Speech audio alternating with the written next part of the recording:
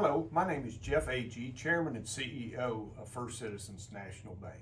This past year reflected some very positive numbers for our company. We had record earnings, our loans grew 10%, and also our deposits grew greater than 8%. So that's a great combination. That's really like what we sort of like as far as the ranges. We also had very positive regulatory ratings from the Federal Reserve and the OCC. This past year, we had 11% shareholder return. That's 8% appreciation in the stock and a 3% dividend yield.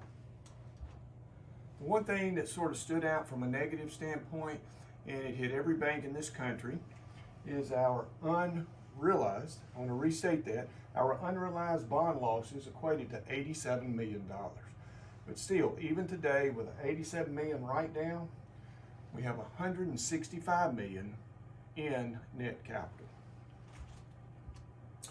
Always bring up our team because this is so impactful, and we have to have our team to be able to execute all these actions that we deal with.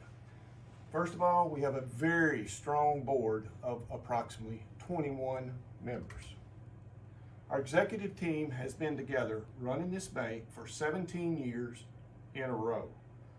As you can see, I've got stated they have 190 years banking experience. That is very unusual to have a leadership team that's been together that long.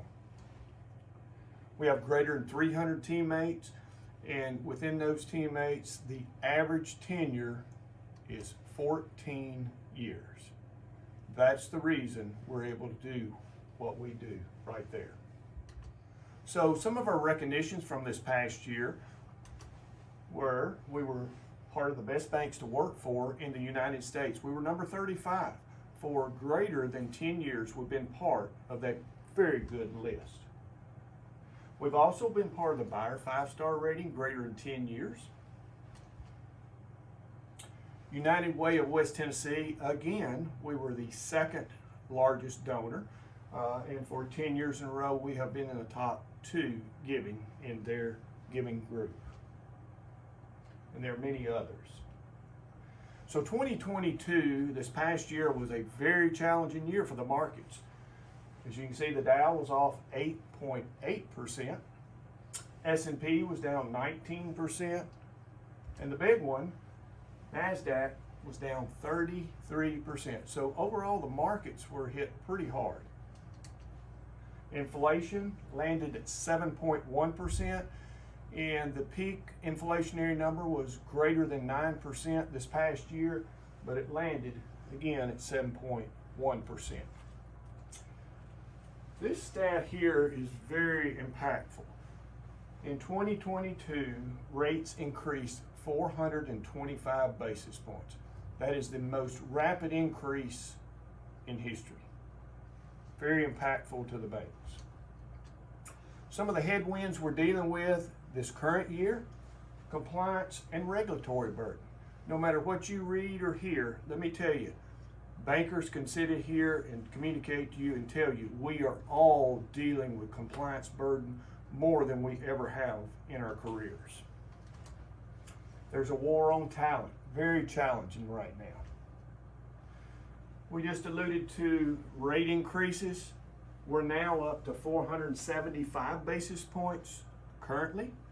We think rates even could, not sure, could climb up another 100 basis points, peaking at 575 basis points, increasing over a 2-year period. That is amazing. We're also dealing with an inverted bond yield curve. And basically what we're saying there, rates are higher on the short end of the bond curve than they are on the long end. And that is not good for making money in the banking arena. Liquidity pressures are going on. And when you get to the bottom line, you can see our earnings per share climbing every single year going into 2022. 2022, there were many banks that did not increase their earnings per share. We were one of the few that did that. But you can see in 2023, current year, we're forecasting earnings per share to come down slightly. This is the first time we have dealt with this in at least a decade. But it's just the environment we're in. Some of these headwinds that I just alluded to are causing that. But again, a very good number. So our total assets should land about 2.5 million at 12/31 of this year. And I want to make sure you understand, we feel like we have a fortress strong company. We've been here since 1889. We have weathered many storms, and we will navigate this economic storm that we're going through. We have 165 million in capital. We have a liquidity plan. We have a robust risk management system. And we do have a risk management leader. The most recent failures disclosed SVB did not even have a risk manager. And we have Brook Region, who has been leading our risk management probably for approximately 3 years. I will close stating this. We are fortress strong, and we will continue to be deeply rooted in our communities that we serve across the state of Tennessee. Thank you.